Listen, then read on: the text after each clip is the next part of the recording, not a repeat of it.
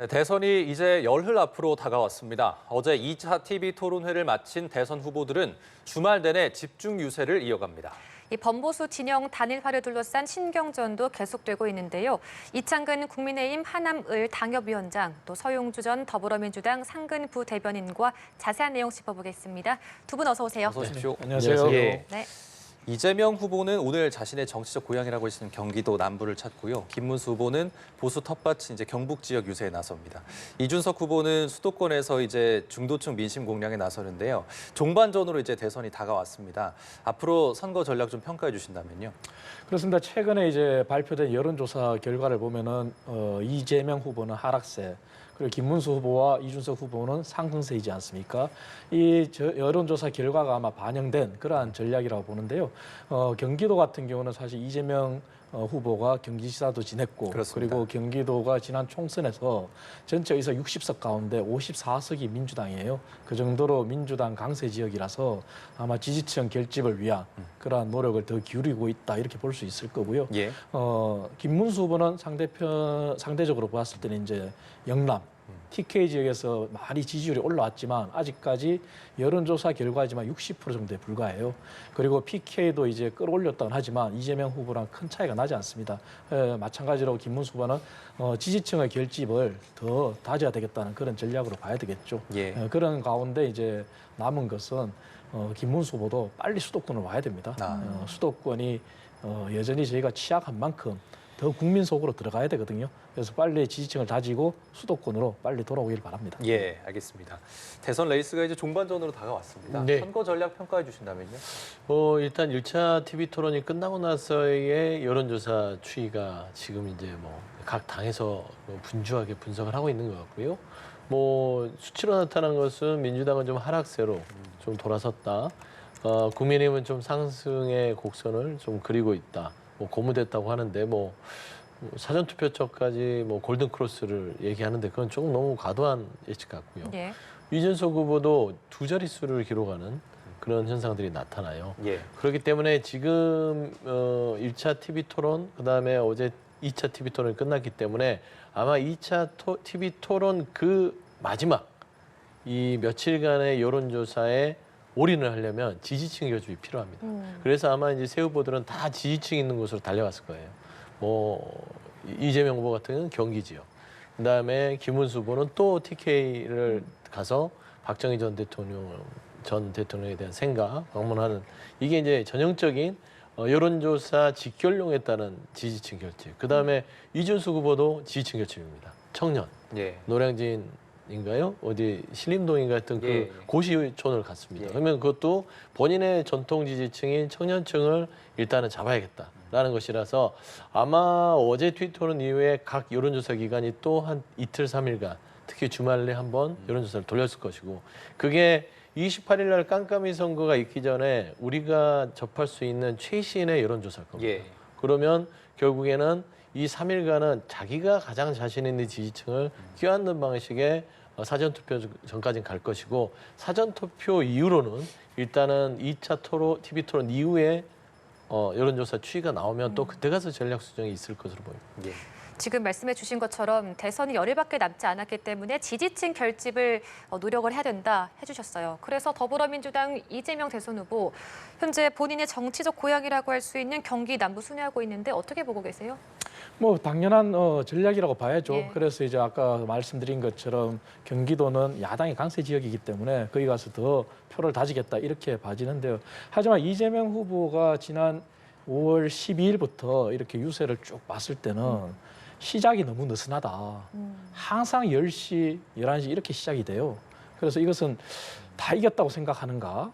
이러한 뭐 의구심이 드는데, 뭐 어찌됐든 간에 이제 열흘이 남았습니다. 열흘이 남았고, 김문수 후보는 뭐 아침 8시, 7시 이렇게 시작을 했는데, 열세기 때문에 기울어진 운동장이 지금 어느 정도 지금 계속 올라는 오고 있어요. 하지만 그래도 아직까지 저희가 이기고 있지는 않습니다. 예. 그래서 김문수 후보는 한 발이라도 더 뛰어야 되는 거고, 이재명 후보가 경기 남부 지역에서 강세를 보이는 지역에서 다지고 있다고 하더라도 아마 냉정히 판단해야 된다는 그런 유권자들이 토론을 2번을 받지 않습니까? 예. 첫 번째 경제 토론에서의 이재명 후보의 현실 경제에 대한 인식, 뭐 커피 원가 120원이라든지 그리고 또 소상공인 자영업자들의 수익률이 60%에 달한다는 그러한 발언이라든지 그리고 어저께 토론에서 보여줬던 여전히 올여름이 유난히 더 덥다고 하는데 지난 문재인 정부 5년간 많은 국민들이 에너지 비용을 많이 지출했잖아요. 예. 하지만 재생에너지만으로는 여전히 에너지 수요를 감당이 안 되잖아요. 근데 여전히 어제 그걸 고집했단 말이죠. 그리고 또 기본소득을 위시한 본인이 신년과도 같다고 하는 기본소득을 위시한 기본사회 시리즈를 발표했단 말이죠. 그래서 이러한 부분들이 유권자들이 냉정히 바라본다면 이재명 후보의 전략에 따른 본인의 강세 지역을 갖지만 아마 표심이 과거와는 좀 달라질 수도 있다 하는 그런 가능성을 보고 있습니다. 예. TV 토론회에 대한 이야기는 저희가 뒤에서 조금 더 자세하게 짚어보도록 하겠고요. 민주당 대선 후보 이재명 후보의 이런 행보들 어떻게 보고 계시고 또 앞으로 어떤 열흘간에 앞으로 어떤 전략을 취해야 된다고 보시나요? 일단 뭐 느슨하다 아니라다 이런 지적이 있어서는 몇 가지 포인트는 뭐 수용할 수 있는 부분은 있다고 봐요. 예. 하지만 중요한 거는 이번 조기 대선의 발생 원인이 어디에 있죠? 국민의힘의 1호 당원이었던 윤석열 전 대통령의 어떤 12월 3일 날의 불법계엄, 그걸로 인한 파면. 그러니까 그 책임을 누가 져야 될까요? 윤석열 전 대통령이 파면당하면 그 책임이 다 끝났었습니까? 아니죠. 국민의힘도 따지고 보면은 윤석열 전 대통령이 4월 4일 파면될 때까지 어떻게 했어요? 지금 현재 국민의힘의 대선 후보인 김문수 후보를 비롯하여 그 선거 캠프에 있는 친윤 그룹들은 윤석열 전 대통령을 보호하고 옹호하고 탄핵하면 안 된다, 반대하고 지켜야 된다고 했던 분들이에요. 어떻게 국민들한테 표를 달라고 할 수 있죠? 라고 생각을 국민들은 많이 할 겁니다. 그렇기 때문에 이번 조기 대선의 큰 기조는 내란 세력에게 책임을 묻고 지난 윤석열 정부에 대해서 심판해야 되는 것이고 결국에는 그 책임을 물어서 국민의힘이 더 이상은 윤석열 정부의 연장을 하지 못하도록 하는 그 큰 흐름을 민주당이 끊임없이 국민들한테 호소를 해야 됩니다. 내란 세력을 심판해 주십시오.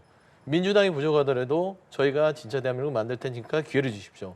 이런 호소형으로 처음부터 갔어야 되는데 너무 이 통합과 어떤 여러 가지 중도 외연 확장을 위한 포용에 대한 전략 때문에 다소 그렇게 좀 느슨하게 보였을 수는 있으나 사실상은 이번 조기 대선의 큰 기조, 내란 세력의 심판을 국민들한테 호소하는 전략으로 어제 2차 토론부터 이재명 후보가 본인의 입으로 얘기를 한 거기 때문에 지금 각 선대위에서 전략적으로 각 지역마다 내려보낸 것들은 숙연하고 절제되고 절박하고 이런 부분으로 선거 기조를 바꿔라라고 했으니까 아마 그런 기조로 가는 게 맞을 것 같아요. 예, 네. 알겠습니다.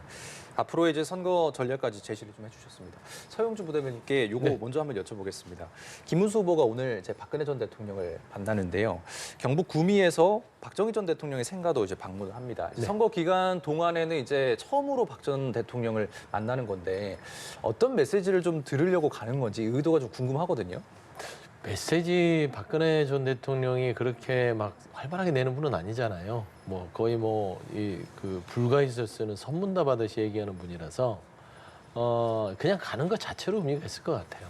그러니까 박정희 전 대통령의 생가를 가고 박근혜 전 대통령을 만난다는 자체가 이 TK의 어떤 구심점들 최근에 1차 토론 전에는요 TK도 자신할 수 없을 만큼 여론조사 지표가 나왔습니다. 네. PK는 말할 것도 없고요. 네. 근데 지금 2차 토론 이후에 1차 토론 이후에 뭔가 좀 TK와 PK가 복원되는 듯한 그런 보수의 결집이 조짐이 보이잖아요. 그럴 때 쐐기를 박자라는 차원에서 일정이지 저는 박근혜 전 대통령이 드러내놓고 김문수 후보를 지지합니다라는 어떤 메시지는 내지 않을 것이다. 예. 다만 만났다는 자체로 결집의 효과를 가져올 수 있기 때문에 예. 저는 그 자체로 만족한 일정이 될 가능성이 높습니다. 예. 특별한 메시지보다는 이제 만남 자체가 좀 의미가 있을 것이다. 네. 이렇게 말씀하신 거죠. 어떤 메시지를 좀 들으려고 의도가 있어서 간 거지 않습니까? 어떤 뭐 이야기일까요? 의도보다는 박근혜 전 대통령은 우리 국민들이 다 기억을 하실 겁니다. 뭐냐면 본인이 경제 공동체라는 말도 안 되는 이유로 사실 탄핵도 당했고 그리고 재판에서 법정에 서서 재판도 받았지 않습니까? 하지만 다 수긍을 하시고 다 수용을 하셨어요. 그럼에도 불구하고 지난번 우리 공화당은 바람이 불었을 때 아마 2020년 총선일 겁니다. 그때 우리 공화당은 박근혜 전 대통령이 힘을 실어줄 것으로 기대했지만 당시 어느 누구도 예상하지 못한 당시 국민의힘 전신이 미래통합당 거대 야당을 중심으로 단결해달라 그랬어요. 그 정도로 박근혜 전 대통령이 내놓는 메시지는 정말 당을 사랑하고 그리고 애국심에 그러한 발로에서 항상 메시지를 내놓으셨어요. 아마 이번에도 마찬가지일 겁니다. 박근혜 전 대통령께서 정치 일선에서는 떨어져 있지만 예. 그래도 여전히 대한민국 대통령을 지냈고 그리고 당신이 탄핵을 당하고 그렇게 법원의 판결을 받았지만 또 그 부분이 억울하다고 생각하는 국민들도 많이 있거든요. 하지만 거기에 대해서 이때까지 당신께서 단 한 번도 원망하거나 뭐 미련을 두거나 그런 적이 없어요.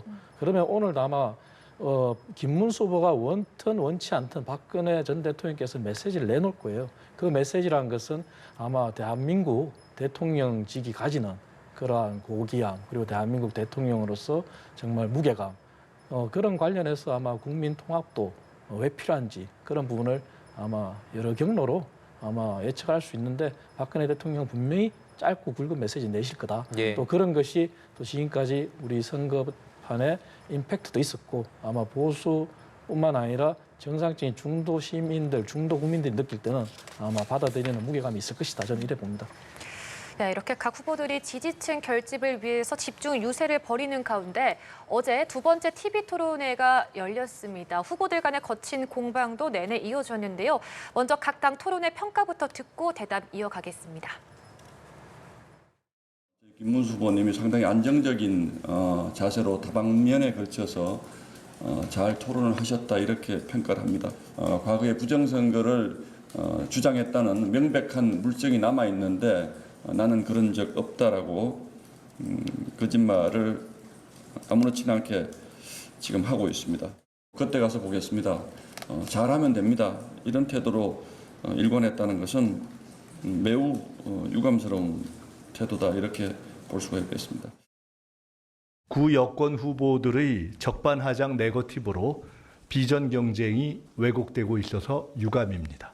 김문수 후보의 당선은 결국 윤석열 전 대통령의 단죄 실패와 면죄부 발급 및 사면의 길을 여는 것이 될 것이라는 점도 확인되었습니다. 이준석 후보는 내란 세력과 연합할 수밖에 없을 것이라는 단일화 야합설에 대한 선명한 국민적 답변이 필요하다는 점도 확인되었습니다. 네, 지금 보신 것처럼 국민의힘은 김문수 후보의 토론을 자평하면서 이재명 후보가 그 과거의 부정선거 관련해서 여전히 거짓말하고 있다 이렇게 평가를 했는데 어떻게 보셨어요? 거짓말 한 건 맞죠. 민주당이 사실은 졌을 때건 또 국민의힘이 졌을 때건 각 당은 사실 부정선거와 관련해서는 자유로울 수 없어요. 뭐냐면은 본인들이 졌을 때는 다 부정선거다 이렇게 얘기한 게 있어요, 사실은. 그래서 저희는 그것을 반성하고 미래로 가자는 건데 하지만 민주당은 거기에 대해서 반성이 없어요. 뭐냐면 어저께 토론회도 보셨겠지만 이재명 후보가 2012년 대선과 관련해서 부정선거를 질문을 받았을 때 본인은 그런 개표 부정 얘기한 적이 없다. 그게 아니라 본인은 국정원 댓글 사건과 관련해서 얘기를 했다. 이렇게 얘기했단 말이죠. 하지만 2017년 1월 달에 중앙선관위 명의로 보도자료가 나왔어요. 이재명 당시 아마 성남시장일 겁니다. 개표 부정은 없었다. 개표 부정과 관련해서 의혹 제기는 이제 그만해라. 이게 중앙선관위 보도자료의 제목이었어요. 하지만 본인은 또 오늘 와서 입장을 또 바꿔가지고 말을 흐리고 있단 말이죠. 이러한 모습들을 이재명 후보의 이번 대선 과정에서도 여러 번 볼 수 있었습니다. 커피 원가도 원가 120원이라 해놓고 나중에는 원재료 값이라고 주장하잖아요. 그리고 또 본인이 연설에서 일산대교의 무료화 그 부분이 현 정부라고 표현했어요. 하지만 그것은 무료가 안 된 부분은 법원의 판단이었거든요. 근데 나중에 입장을 바꿔가지고 국가를 상대로 얘기한 거다 이렇게 한단 말이죠. 그래서 이러한 것들을 아마 국민들이 유권자들이 저는 다 보고 계실 거라고 생각합니다. 그래서 어저께 토론에서도 결론적으로는 이재명 후보가 결국은 또 허위사실을 발표한 거예요. 발표했지만 본인에 대한 진솔한 사과가 없잖아요. 거기에 대해서. 그런 부분들이 저는 문제다. 그리고 아마 김민석 민주당 의원이 주장한 부분이 또 과한 부분이 있는 것이 저희가 어떻게 지금 당선도 안 됐는데 윤석열 전 대통령에 대한 사면? 그걸 어떻게 논합니까? 저희 당은 그런 걸 얘기를 한 적도 없습니다. 저희는 윤석열 전 대통령에 대해서 계엄이 잘못됐고 그리고 탄핵에 대해서는 100% 현재 판결을 수긍을 했고 그리고 오히려 당내의 건전한 세력들은 윤석열 전 대통령, 김건희 여사 제발 좀 침묵하고 있어라 이렇게 주장한단 말이에요. 그래서 그러한 부분들은 선거의 본질을 흐리기 위해서 물론 민주당의 욕심은 자꾸 선거 프레임을 이재명 대 윤석열의 구도로 가고 싶은 거겠죠. 그래서 그런 발언하지만 그것은 굉장히 잘못된 발언이다. 예. 이런 말씀 드리고 싶습니다. 그 민주당은 구 여권 후보자들의 적반하장이다, 뭐 네거티브에 대한 유감이다 이렇게 말했는데 네. 어떻게 보셨습니까? 어제 토론전을 많은 국민들이 보셨을 텐데 그게 토론전의 수준과 품격인지 싶어요. 김문수 후보가 그 물꼬를 텄죠. 비방전이잖아요. 가짜 총각, 진짜 총각, 가짜 검사. 그리고 2017년도에 대해서 이재명 후보의 선거에 대한 발언을 지금 꺼내는 게 무슨 의미가 있습니까? 그때 그 주장을 가지고 군을 선관위에 보내서 헌법을 유린해서 뭐를 했나요? 어떤 내란 행위 같은 것들을 저질렀나요? 생각과 어떤 여러 가지의 오해와 의심을 하면 안 되나요? 할 수 있잖아요. 중요한 거는 그거를 그런 의심을 품고 있다가도 선관이라든지 합리적인 설명이 있었을 때 아, 내 생각이 잘못됐구나 깨달으면 되지만 지금 윤석열 전 대통령 최근에 부정선거 영화 봐서 박수치면서 내 생각이 틀리지 않았어. 그걸 지지하는 사람들이 친윤그룹 아닙니까? 그 윤석열 전 대통령의 탄핵을 반대했던 사람이 김문수 후보 아닙니까? 그리고 부정선거에 대해서 영화를 봤는데 말 한마디 못하고 영화도 볼 수 있고 사람도 만날 수 있는 거 아니에요? 거기에 대해서 따지고 보면은 무견해졌던 게 지금 김문수 후보인데 누가 더 잘못됐을까요? 어떤 행위에 대해서 조기 대선을 만든 이 12.3 불법 내란 계엄 자체에 대해서 그게 있었기 때문에 지금 조기 대선이 있어요. 그럼에도 불구하고 그럼 2017년도에 이재명 후보가 두 가지를 얘기했던 걸로 제가 확인했습니다. 첫 번째, 당시 국정원의 어떤 댓글 조작에 있어서의 부정선거 플러스 개표 과정에서의 어떤 부분들이 또 있었던 것 같다라는 의심 할 수 있죠. 근데 지금 2025년도에 이재명 후보가 부정선거를 주장합니까? 아니잖아요. 왜 억지로 부정선거를 말하는 것처럼 인정하죠? 아닌 건 아닌 거예요. 중요한 거는 김문수 후보가 아직도 부정선거에 대해서 자기 입장을 정확하게 하지 않았다.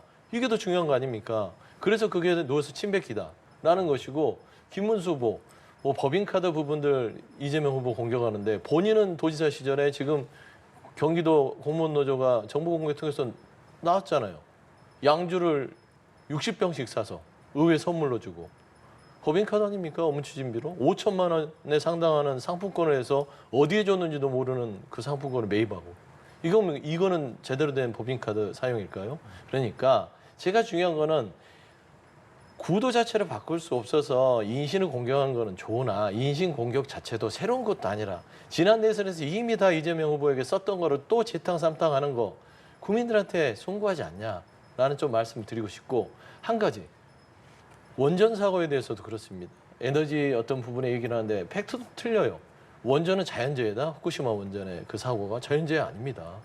수소 폭발이 그 노로에서 1호기, 3호기, 5호기에 있었어요.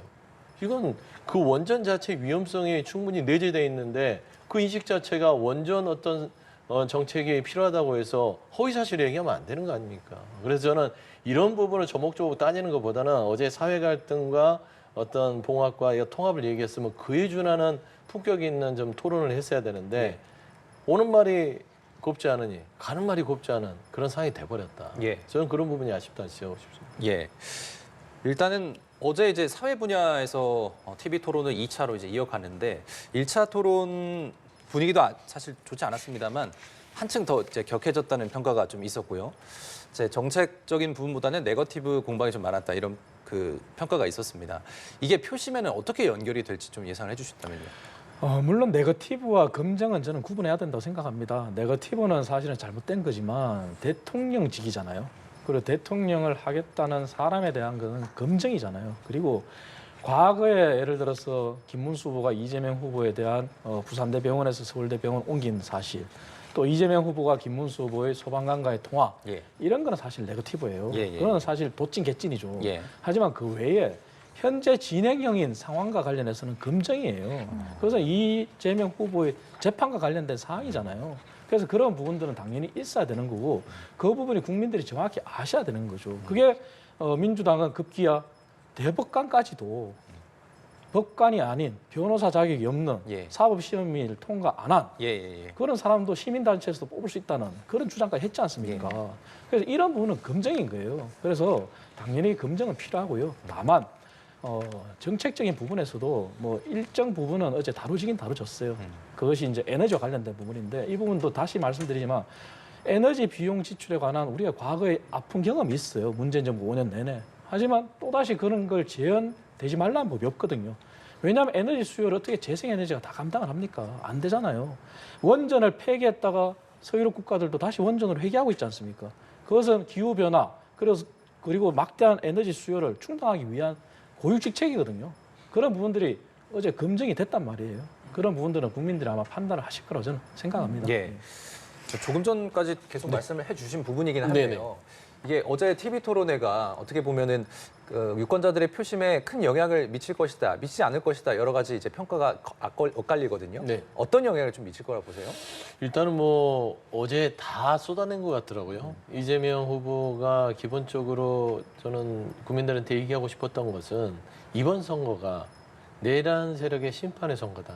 헌정 질서를 바로잡는 선거다라는 것이었고 그게 바로 사회 갈등을 봉합하는 첫 번째의 시작이다라는 것이고 나머지 에너지 정책이나 이런 부분들은 각자의 이견이 있는 것이고 노동 정책도 마찬가지인 거예요. 그래서 정책 부분을 가지고 저는 국민들이 세세하게 평가하지는 않았을 것 같습니다. 결국에는 TV 토론은 태도의 문제이기 때문에 네. 어제 태도의 문제에 있어서는 이준석, 김문수, 이재명 이 세 명을 봤을 때는 이재명 후보를 둘이 공격했죠. 김문수, 이준석 후보가. 그런데 나름대로 이재명 후보가 1차 토론회보다는 차분하게 대응을 했다라는 측면이 있고 다만 김문수 후보에게 제가 제일 최하점을 주는 이유는 비방전으로 그쳐버렸다. 그러니까 따지고 보면 조금 더 날카롭게 검증이라는 것처럼 포장을 했어야 되는데 단어가 주는 태도에 대한 이미지가 있습니다. 어감이 그렇잖아요. 예. 첫 일성이 가짜 총각, 진짜 총각, 가짜 검사 이런 것들이 있지 않습니까? 이런 것들은 옳지 않고요. 그다음에 서울대 부산대 병원에서 그때 이재명 후보 부산 가서 정말 생명을 잃을 법한 1mm만 더 이 동맥과 정맥 사이에 흉기가 들어갔으면 목숨이 오가는 상황이었는데 부산대에서 왜 헬기를 타고 서울로 왔냐? 그래서 이재명 후보가 얘기했잖아요. 나는 의식이 없었다. 가족들이 그렇게 정한 걸 왜 나를 타듯하느냐. 그러면 의식이 없는 사람이 벌떡 일어나서 안 됩니다. 이거 부산들이 지켜야 됩니다. 이건 아니잖아요.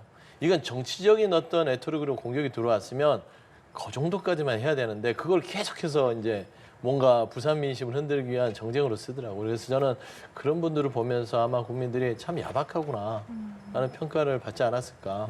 저는 그래 좀 말씀드리고 싶습니다. 예. 알겠습니다. 저희 그럼 여론조사 결과를 또 살펴보도록 할게요. 리얼미터가 22일과 23일 이틀 동안 여론조사 결과를 실시했는데 오늘 그 발표가 나왔습니다. 이재명 후보와 김문수 후보 간의 지지율 격차가 좁혀졌고요. 지금 보시는 것처럼 이준석 후보도 소폭 상승했는데 이 지지율 추이를 어떻게 보고 계세요? 말씀드린 대로 이제 최근에 나온 어느 여론조사든 간에 이재명 후보는 하락세, 그리고 김문수 후보는 상승세, 그리고 이준석 후보가 상승을 하고 있지 않습니까? 그러면 이재명 후보가 빠진 만큼 김문수 후보가 다 득표를 했지만서도 이준석 후보가 상승한다는 것은 중도층이 움직인다고도 봐야 되거든요. 그리고 실제 우리가 갤럽 조사에서도 중도층에서 이재명 후보에 대한 지지를 보내는 게 50% 밑으로 떨어졌어요. 예. 그 얘기는 아마 중도층이 이제 미래를 보기 시작했다. 그리고 민주당이 계속해서 내란 그리고 선거의 프레임을 이재명 대 김문수가 아니라 이재명 대 윤석열로 가두려고 하지만 국민들은 내 삶이 어떻게 윤택해지고 내가 어느 후보가 당선됐을 때 내 세금이 더 많아져서 나의 소득이 가처분 소득이 주느냐 안 주느냐 이런 실질적인 문제에 이제 접근하기 시작한 거예요. 그래서 중도층이 움직이고 있는 이 추세는 아마 지속될 겁니다. 지속되고 그리고 마지막 남은 토론에서도 정치 외교안보 분야인데 외교안보 분야는 결국 관세와 결부 안 될 수가 없어요. 예. 그럼 관세도 결국 물가와 직결되는 것이고 그러면은 대미 외교와 대중 외교 다 중요하지만 여기에 대해서도 어떻게 선택을 하느냐에 따라서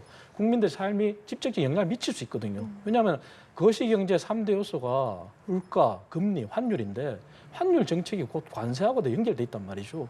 중국은 환율을 아예 평가 절하시켜가지고 관세에 대비를 미리 했지 않습니까? 예. 그런 상황까지 과연 어느 후보가 제시하고 있는지, 어느 후보가 어느 쪽에 친중이냐, 친미냐 이걸 볼 겁니다. 그래서 중도층의 표심 변화는 앞으로 지속될 것이고 그런 부분은 지금의 여론조사 추세가 아마 상당한 기간 갈 수가 있다. 예. 그래서 이럴 때일수록 김문수 후보는 더 겸손하게 국민 속으로 한 발 한 발 더 들어가야 된다. 이런 말씀드리겠습니다. 그러니까 중도층의 표심이 지금 움직이고 있다라고 말씀해 주셨는데 네. 이 지지율 어떻게 보고 계세요? 중도층의 민심이 움직이길 바라는 어떤 희망을 보고 있습니다. 아직은 중도층의 민심이 크게 움직이지는 않았고요. 좀 움직였다면 이준석 후보에게 좀 영향을 미쳤던 것 같아요. 로데이터가요.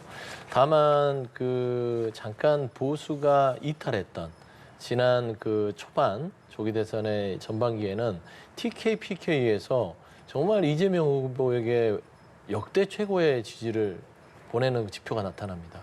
그게 저는 아마 다시 결집을 통해서 복원되는 과정이다라고 보는 게 조금 더 현실적일 것 같고요. 예. 대한민국의 큰 선거에서는요. 결국엔 51대 49 아니면 52대 48 싸움입니다.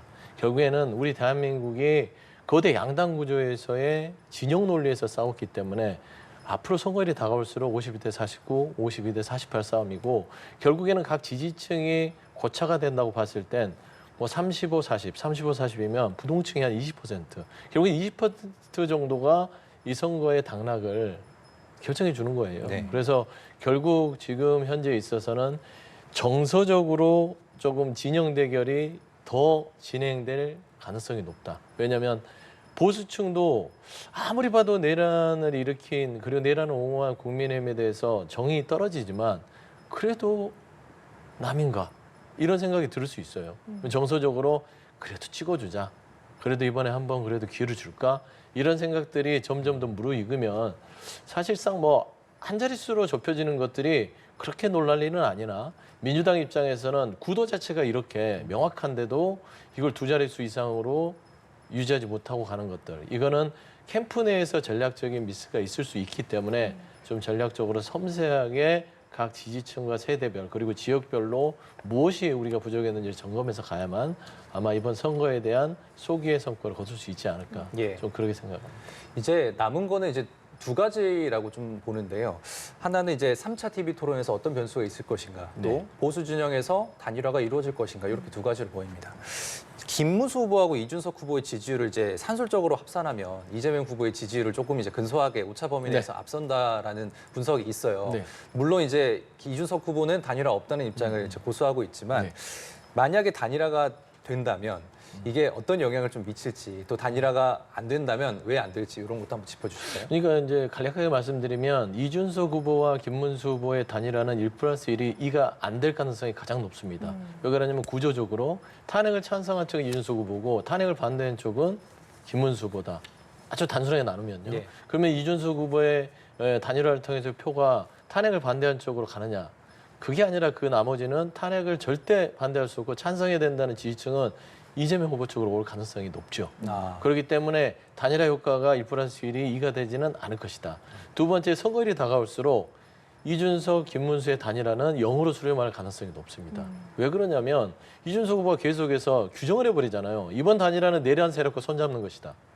그럼 본인이 정치가 이제 마흔 시작했는데 10년, 20년이 남은 뭐 앞길이 창창한 젊은 정치인이 왜 지금의 자기가 얻을 것도 없는 단일화를 통해서 정치적으로 오염될 이유가 없잖아요. 그래서 저는 단일화 가능성 저는 제로에 가깝다고 좀 보고 있습니다. 네. 자, 마지막 질문을 좀 드릴 텐데요. 이제 범보수 진영에서 단일화가 이루어질지가 가장 큰 변수로 좀 꼽히고 있습니다. 이렇게 되면 이재명 집권 도우미가 될 것이다. 단일화 요구에 대해서 이렇게 이준석 후보가 국민의힘에 일갈하기로 했습니다. 내일이 이제 투표용지 인쇄 전 1차 마지노선이라고 평가가 되고 있어요. 논의가 가능할 거라고 보세요? 자강이 우선이라고 봅니다. 이미 저희도 이제 선대위에서 발표한 것처럼, 왜냐하면은 단일화는 이준석 후보 입장에서도 사실은 젊은 정치인이고 본인이 보수의 대체자로 얘기하지 않습니까? 그런 측면에서 봤을 때 본인이 이번 대선에서 두 자릿수 득표를 하느냐 마느냐의 문제거든요. 그래서 본인은 단일화에 대해서는 아마 생각이 없을 겁니다.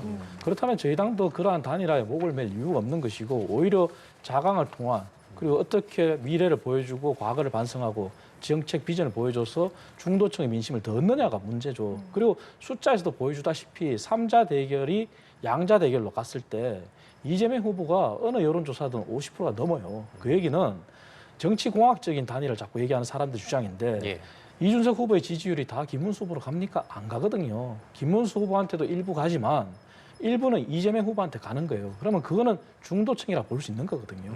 그렇다면 차라리 역설적으로 이준석 후보가 더 선전해서 이재명 후보의 지지율을 더 가져가는 게 나을 수도 있어요. 아, 그리고 김문수 후보는 보수는 결집을 시키고 그리고 본인이 더 비전을 보여줘서 이재명을 싫어하는 민주당 지지층도 있거든요. 그 민주당 지지층이 이준석도 지지하지 마. 만약에 정책으로 이 정도면은 정말 과거를 반성하고 미래를 보여준다 했을 때는 김문수 후보를 지지하지 말란 법도 없거든요. 예. 그래서 그러한 관점에서 이제 접근해야 된다. 그래서 저는 이준석 후보가 얘기하는 정치공학, 국민들이 제일 싫어하는 게 정치공학입니다. 그래서 그런 부분은 지금도 경계해야 되고 오히려 친윤들은 당권 거래 이런 거를 비난받을 정도로 얘기한 친윤들이 누군지 모르겠지만 한동훈 대표를 보고 배워야 돼요. 한동훈 대표가 TK, PK 충청을 다니면서 TK, PK 충청이 우리가 역전했지 않습니까? 그렇다면 친윤들은 지금 그런 정치공학을 얘기할 게 아니라 한동훈 전 대표처럼 자기 지역구에 가서 자기 지역구에서 내가 김문수다 하고 오히려 한 표라도 더 얻는 것이 그것이 김문수 후보를 당선시키는 지름길이다. 이런 말씀 드리겠습니다. 예. 알겠습니다. 범보수 진영의 단일화 문제까지 한번 짚어봤고요. 오늘 이창근 국민의힘 하남을 당협위원장 그리고 서영주 전 더불어민주당 상근 부대변인과 자세한 내용 짚어봤습니다. 두 분 말씀 고맙습니다. 맞습니다.